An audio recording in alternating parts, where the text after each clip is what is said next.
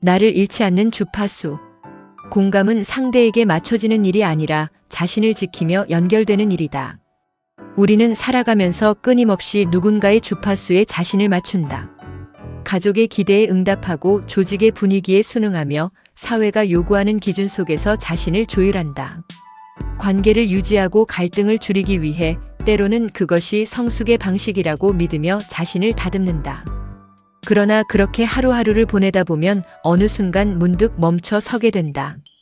지금 내가 맞추고 있는 이 주파수는 과연 나의 것인가? 인간은 관계 속에서 성장한다. 타인을 이해하고 연결을 만들어가는 과정에서 우리는 더 넓어지고 깊어진다. 하지만 관계를 지키기 위해 자기 자신을 잃어버린다면 그 관계는 결코 오래 건강할 수 없다. 공감은 상대에게 나를 모두 내어주는 일이 아니다. 오히려 나를 잃지 않은 채 서로의 마음이 닿을 수 있는 지점을 발견하는 일에 가깝다. 문제는 우리가 공감을 자주 오해한다는 데 있다. 많은 사람들은 공감을 맞춰주는 것으로 배워왔다. 그래서 싫은데도 웃고 힘든데도 괜찮다고 말하며 상처를 받아도 아무렇지 않은 듯 지나간다. 갈등을 피하기 위해 침묵하고 거절해야 할 순간에도 습관처럼 고개를 끄덕인다. 겉보기에는 부드럽고 원만해 보일 수 있다. 그러나 그런 선택이 반복될수록 마음속에서는 자기 자신과의 연결이 조금씩 느슨해진다. 처음에는 작은 균열처럼 느껴질 뿐이다.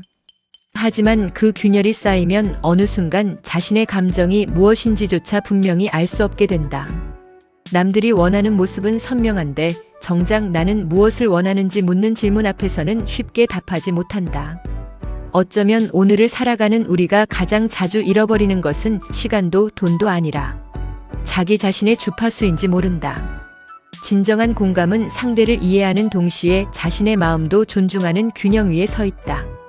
상대의 감정을 받아들이되 그 과정에서 자신의 감정까지 포기하지 않는 태도다. 그래서 공감에는 반드시 경계가 필요하다. 당신을 이해합니다라는 말 뒤에는 언제나 그리고 나 역시 소중합니다라는 고백이 함께 있어야 한다. 이 두 문장이 함께 설 수 있을 때 공감은 희생이 아니라 건강한 연결이 된다. 우리는 타인의 목소리를 듣는 데는 익숙하다. 정작 자신의 마음이 보내는 미세한 신호에는 무심할 때가 많다. 이제는 쉬어야 한다는 신호, 더는 참지 말아야 한다는 신호, 이것은 내 마음이 아니라는 신호를 애써 외면한 채 살아간다. 하지만 마음은 오래 침묵한다고 해서 사라지지 않는다.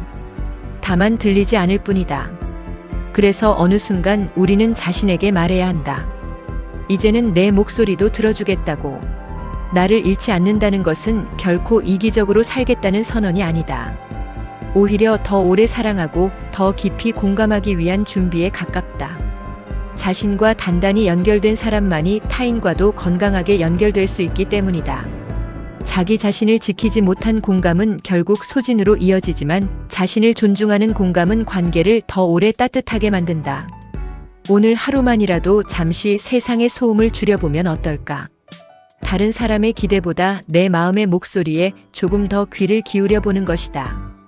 지금 내 마음은 어떤 주파수를 보내고 있는지, 무엇을 원하고 무엇에 지쳐 있는지 조용히 물어보는 일. 그 질문 앞에 멈추는 순간 우리는 가장 중요한 연결을 회복하게 된다. 세상과 연결되기 전에 먼저 나와 연결되는 일, 어쩌면 그것이 공감의 진짜 시작인지도 모른다.